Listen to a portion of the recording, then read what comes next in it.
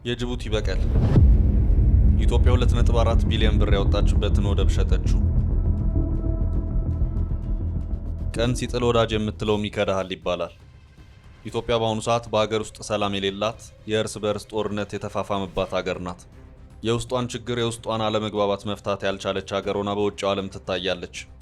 የኢትዮጵያን የውስጥ ችግር እነ ኬንያ፣ እነ ደቡብ አፍሪካ፣ እነ አሜሪካ፣ እነ አውሮፓ ህብረት የሚፈቱላት ሆናለች። ይህ ደግሞ በጎረቤቶቿ ጭምር ጥሩ ምልከታን አላመጣም።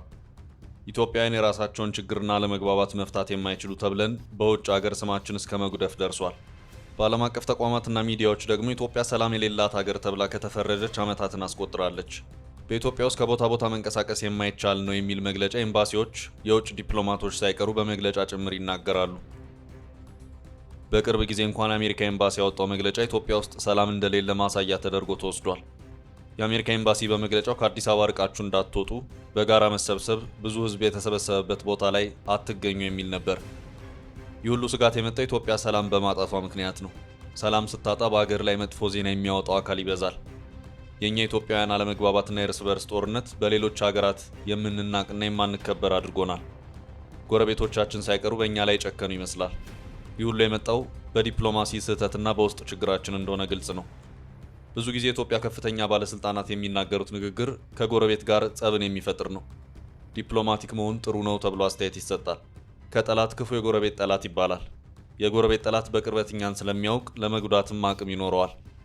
ጎረቤቶቻችን አሁን የበፊቱን ወዳጅነት ወደ ጎን በማለት ከሩቋ ከግብጽ ጋር ወዳጅነት መስርተናል እያሉ ነው። ጅቡቲ አስተማማኝ ወዳጅ ሀገር ተብላ የምትጠራ ሀገር ነበረች። አሁን ግን ከ300 ሺህ በላይ የሚሆኑ ኢትዮጵያውያን ይውጡልኝ እያለች ነው። ጅቡቲ ለኢትዮጵያውያን ሁለተኛ ሀገር ናት። ኢትዮጵያም ለጅቡቲውያን እንደ ሁለተኛ ሀገር ናት። የጅቡቲው ፕሬዝዳንት እንኳን እኔ ድሬዳዋ ያደግኩኝ አማርኛን አቀላጥፌ የምናገር ሰው ነኝ ሲሉ በኩራት ይናገራሉ። የጅቡቲና የኢትዮጵያ ትስስር እጅግ ጥብቅ የሚባል በባህል በሃይማኖትና በቋንቋ የምንዛመድ ጎረቤታሞች ነን። በመልክም ይሁን በተክለ ሰውነት ጅቡቲና ኢትዮጵያውያን ተመሳሳይ እንደሆኑም ግልጽ ነው። እኚህ ጉርብትናቸው እጅግ ጥብቅ የሚባሉት ሁለቱ ሀገራት አሁን ግን በወደብ ምክንያት ግንኙነታቸው ሻክሯል። ኢትዮጵያ ቀይ ባህር ወደብ ማለቷ ምቾት አልሰጣትም። ለምን ይህ ይሆናል እያለች ነው። ጅቡቲ ትልቁ የኢኮኖሚዋ ገቢ ከኢትዮጵያ ነው የሚገኘው። ከኢትዮጵያ ሽንኩርት፣ አትክልትና ፍራፍሬ እንዲሁም ጫት ጭምር ታስገባለች። ኢትዮጵያ ደግሞ ከ95% በላይ የሚሆነውን ሸቀጥና ነዳጅ የምታስገባው በጅቡቲ ወደብ በኩል ነው። አሁን ግን ጅቡቲ ኩራት ቢጤ ልቧ ላይ ጣል አድርጋለች። ዛሬ በዓል ነው፣ ሸቀጥ አይገባም፣ መንገድ ዝግ ነው፣ ክፍያ አልፈጸማችሁም የሚሉ የተለያዩ ሰበቦችን እየደረደረች ኢትዮጵያ የምታስገባውን የውጭ ምርት እያዘገየች ትገኛለች። ጅቡቲ ይህን የምታደርገው የኢትዮጵያ መንግስት የዶላር እጥረት ስላጋጠመው ቶሎ ስለማይከፍል ነው የሚል ምክንያትም ይቀርባል። ነገር ግን ጅቡቲ ከዚህ ያለፈ ፖለቲካዊ ስራ እየሰራች ነው። ብዙ ፖለቲካዊ አሻጥሮችንም በመስራት ላይ ትገኛለች። ሶማሊያ ከኢትዮጵያ ጋር ስትጣላ ኢትዮጵያ ዜጎችን ውጡልኝ እንዳለችው ሁሉ፣ ሶማሊላንድ ከኢትዮጵያ ጋር ስትኳረፍ ኢትዮጵያውያን ይውጡልኝ እንዳለችው ሁሉ፣ ጅቡቲም በተመሳሳይ ከኢትዮጵያ ጋር አለመግባባት ውስጥ መግባቷን ተከትሎ 300 ሺና ከዛ በላይ የሚሆነውን የኢትዮጵያ ዜጋ ይውጣልኝ እያለች ነው። የኢትዮጵያ መንግስትም ችግሩን ለመፍታት ሙከራ ቢያደርግም ጅቡቲ ሀሳቧን ልትቀይር አልቻለችም። ውጡልኝ እያለች ነው። ኢትዮጵያውያኑም እያለቀሱ ይገኛሉ። የት እንሂድ እያሉ ነው። በፖለቲካ ምክንያት የኢትዮጵያ ሕዝብ በሄደበት ሁሉ በቀል እየተሰራበት ይገኛል። የሳውዲ መንግስት ከኢትዮጵያ መንግስት ጋር አለመግባባት ሲገባ ሳውዲ ያለው የኢትዮጵያ ሕዝብ ችግር ውስጥ ይገባል።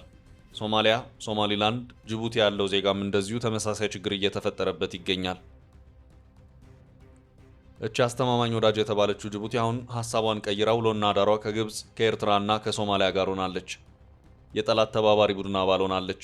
ይህን ሁሉ ጣጣ ያመጣው ደግሞ የወደብ ጉዳይ ነው። በአንድ ወቅት ጠቅላይ ሚኒስትር አብይ አህመድ ስለ ወደብ ሲናገሩ የወደብና የባህር በር ዘይላንና በርበራን ከሶማሊላንድ፣ ጅቡቲ፣ በኤርትራ ዱሊስና አሰብን ማየት ያስፈልጋል ሲሉ መናገራቸው ይታወሳል። ጠቅላይ ሚኒስትር አብይ ንግግራቸውን ሲቀጥሉም እርግጠኛ ሆኜ የምነግራቸው አፍሪካ ውስጥ ሀያል ሀገር የመሆን ሁሉም አቅም ኢትዮጵያ አላት፣ ሀያል የምትሆነው ግን ወደብ ሲኖራት ነው ሲሉ ተናግረዋል። ጠቅላይ ሚኒስትር አብይ በቀይ ባህር ጉዳይ በአባይ ግድብ ላይ እንዳለው መደራደር ይቻላል፣ በቀይ ባህር የመደራደር ሙሉ መብት አለን ሲሉ ተናግረዋል። ጠቅላይ ሚኒስትር አብይ ይህን ማለታቸው የቀይ ባህር ተዋሳኝ የሆኑት ሀገራት ግብጽ፣ ጅቡቲ፣ ኤርትራ የመሳሰሉት ሀገራት ተቃውመዋል። ቀይ ባህር የኛ ብቻ ነው፣ ከቀይ ባህር ጋር የማይዋሰን ሀገር ስለ ቀይ ባህር የመናገር ሆነ የመደራደር መብት የለውም ሲሉም በመግለጫ አሳውቀዋል። ግብጽና ጅቡቲ የቀይ ባህርና የኤደን ባህረ ሰላጤ አስተዳደርና የጸጥታ ጉዳይ የውሃ አካላቱን የሚጎራበቱ ሀገራት ብቸኛ ኃላፊነት እንደሆነ መስማማታቸውን የግብፁ ፕሬዝዳንት አብዱልፈታህ አልሲሲ በቅርቡ መናገራቸው ይታወሳል።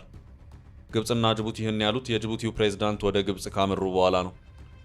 በታሪክ ጅቡቲ ከግብጽ ጋር ወዳጅነት ፈጥራ ስትታይ በዚህ በ7 ዓመት ውስጥ የመጀመሪያው ነው። ጅቡቲ ከኢትዮጵያ ጋር እንጂ ከግብጽ ጋር ጥብቅ የሚባል የፖለቲካ ግንኙነት ስትፈጥር ታይታ አትታወቅም። አሁን ግን ጅቡቲ ፊቷን ወደ ግብጽ አዙራ ጀርባዋን ደግሞ ለኢትዮጵያ ሰጥታለች። ለኢትዮጵያ ሰጠዋለሁ ያለችውን ወደብ ለግብጽ ወዳጅ ሳውዲ አረቢያ ለመስጠት ተስማምታለች። ጠቅላይ ሚኒስትር አብይ አህመድ ቀይ ባህርና አባይ ኢትዮጵያን የሚበይኑ ከኢትዮጵያ የተቆራኙ ለኢትዮጵያ እድገትና ጥፋት መሰረት ናቸው ብለው ነበር። ይህ ንግግር ግን ለነ ጅቡቲና ለነ ኤርትራ ምቾት የሚሰጥ አልሆነም። አንዳንዶች የቀይ ባህር ጉዳይ ከኤርትራ ከጅቡቲ ያጋጫል ይላሉ። እንደ ሀገር የሚታሰበውን ሰላም፣ አንድነትና ብልጽግና በቀይ ባህር ምክንያት የሚታጣ ከሆነ ዋጋ የለውም። የባህር በርን ይገባኛል ጥያቄ ስላለን፣ ወታደር ስላለን ዘለን የሰው ሀገር የምናንቅ መሆን የለበትም ሲሉ ጠቅላይ ሚኒስትር አብይ አህመድ መናገራቸው ይታወሳል።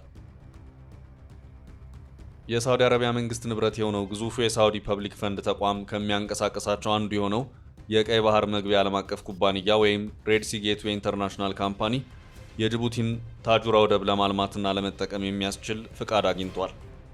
የድርጅቱ ዋና ኃላፊዎች ከጅቡቲ መንግስት ባለስልጣናት ጋር ታጁራን ለ30 ዓመታት ለመገልገል የሚፈቅድ የመግባቢያ ስምምነት ተፈራርመዋል። ይህ ዜና ለኢትዮጵያ መርዶ የሚባል ነው። ኢትዮጵያ የታጁራን ወደብ ለመጠቀም መንገድ ጭምር ሰርታለች። ለዚህም ብዙ ቢሊዮን ብር አውጥታለች። ወደ ታጁራ ወደብ የሚያስኬደውን መንገድ የገነባችው ደግሞ ወደ አሰብም እንድትዘልቅ ስለሚያስችላት ነበር። ኢትዮጵያ የታጁራ ወደብን ለመጠቀም የሚያስችላትን የመንገድ ፕሮጀክት በአፋር ክልል ገንብታ ማጠናቀቋን የኢትዮጵያ መንገዶች ባለስልጣን ከ5 ዓመት በፊት ማስታወቁ ይታወሳል። መንገዱ ከዲቾቶ ተነስቶ በጋላፊ መገንጠያ ዶቢ ኤሊዳር በኩል ወደ በልሆ የሚዘልቅ ነው። ይህ መንገድ 78 ኪሎ ሜትር ርዝመት ኖሮት በሲሚንቶ ኮንክሪት መገንባቱን በወቅቱ ተዘግቦ ነበር። 2.4 ቢሊዮን ብር የወጣበት መንገዱ በመከላከያ ኮንስትራክሽን ኢንተርፕራይዝ የተገነባ ነው። ወጪው በመንግስት የተሸፈነ ሲሆን በገጠር ግራና ቀኝ ትከሻውን ጨምሮ 10 ሜትር፣ በከተማ ኤሊዳር አካባቢ ደግሞ 21.5 ሜትር ስፋት እንዲኖረው ሆኖ ተገንብቷል። መንገዱ ወደ ታጁራ ወደብ መዳረሻን ብቻ ሳይሆን ወደ አሰብ ወደብ የሚዘልቀው የመንገድ አካል ጭምርም ነው ተብሎ ከ5 ዓመት በፊት ተገልጾ ነበር። ከ5 ዓመት በፊት የታጁራን ወደብ ለመጠቀም 2.4 ቢሊዮን ብር አውጥታ መንገድ የገነባች ኢትዮጵያ አሁን ይህን ወደብ ማግኘት ሳትችል ቀርታለች። ጅቡቲ ከግብጽና ከኤርትራ ጋር በመመካከር ለሳውዲ አረቢያ አሳልፋ ሰጥተዋለች። የጅቡቲ በቀል የተባለውም ይህ ነው። ለ20 ዓመታት ጅቡቲን በውጭ ጉዳይ ሚኒስትርነት በማገልገል የሚታወቁት አንጋፋው ዲፕሎማት መሐመድ አሊ ዩሱፍ ከ8 ወራት በፊት ለቢቢሲና ለቪኦኤ ለመሳሰሉ ሚዲያዎች በሰጡት ቃለ መጠይቅ ሀገራቸው ጅቡቲ ኢትዮጵያ በባህር በር ጥያቄ የተነሳ ከሶማሊያ ጋር የገባችበትን ፍጥጫ ለመቋጨት መፍትሄ ይዛ መምጣቷን ተናግረው ነበር። ኢትዮጵያ የባህር በር ለማግኘት ስትል በልዋጩ ለሶማሌላንድ የሀገርነት እውቅና በሚሰጥ ስምምነት ውስጥ ገብታ ከሶማሊያ ጋር ወደ ግጭት ከምታመራ ጅቡቲ የታጁራ ወደብን እንደፈለገች ተኮናትራ እንድትጠቀምበት አማራጭ ማቅረቧን ገልጸው ነበር። ኢትዮጵያ የታጁራ ወደብን ይዛ እንድትጠቀም የምትፈቅዱት ለንግድ ብቻ ነው ወይስ የባህር ኃይል አቋቁማ ማስፈር እንድትችል ነው ተብሎ የተጠየቁት የጅቡቲው ባለስልጣን ይህ ፈጽሞ እንዲሆን ጅቡቲ እንደማትፈቅድ ነበር የተናገሩት። ጅቡቲ ወደ 10 የሚጠጉ ሀገሮች ሰራዊት ያስጠለለች ሀገር መሆኗ ይታወቃል። አንዳንዶቹ የጦር ሰፈር ገንብተው ሰራዊት ያሰፈሩባት ስትሆን፣ ሌሎቹ ደግሞ ሙሉ ትጥቅና ሰራዊት የጫኑ ግዙፍ መርከቦችን ወደ ወደቧ መልህቅ ጥለውባታል። ይህ የሚታወቅ እውነታ ቢሆንም የጅቡቲ የውጭ ጉዳይ ሚኒስትር የነበሩት መሐመድ አሊ ዩሱፍ ግን ኢትዮጵያ በታጁራ ወደብም ቢሆን የባህር ኃይል ማዘዣ ጣቢያ እንዲኖራት አንፈልግም ሲሉ ነበር ያለ ይሉኝታ የተናገሩት። አገራቸው ጅቡቲ ከጎረቤት ኢትዮጵያ ጦር መስፈር ይልቅ ከቀጠናው ውጭ ከሩቅ ለመጡ አገሮች ወታደሮች መኖሪያ እንድትሆን መፈለጋቸው ብዙ ጥያቄ ያስነሳ ነበር። ያውም የማይጣጣሙ እንደ ቻይና እና አሜሪካ ያሉ አገሮች ሰራዊቶች ተፋጠው ለቀጠናው ጭምር አስጊ በሆነ ሁኔታ እንዲሰፍሩባት የፈቀደችው ጅቡቲ ማንም በማይጠቀምበት ታጁራም ቢሆን ኢትዮጵያ ሰራዊት ይዛ መግባት እንደማትችል ነው አስረግጠው የተናገሩት። ይሁን እንጂ ኢትዮጵያንና ሶማሊያን ለማስታረቅ መፍትሄ አለን በሚል ስም ይህን ሲናገሩ የተደመጡት የጅቡቲው ሰው ከወራት በኋላ የካቲት ሲመጣ ወደ አፍሪካ ህብረት ኮሚሽን ሊቀመንበርነት ሲሸጋገሩ ነው የታየው። ጅቡቲ ኢትዮጵያ ላይ ፖለቲካ ቁማር አስመዝግባለች የሚባለውም ለዚህ ነው። የጅቡቲ የፖለቲካ አካሄድ እጅግ አደገኛ የሚባል ነው። ጅቡቲ ለኢትዮጵያ እስትንፋስ ናት። እቺን ወሳኝ የሆነች የኢትዮጵያ ስትራቴጂክ ሀገርን የኢትዮጵያ መንግስት በጥበብ መያዝ አለበት። ችግሩ ለኢትዮጵያ ሕዝብም የሚተርፍ ነው እየተባለ ይገኛል።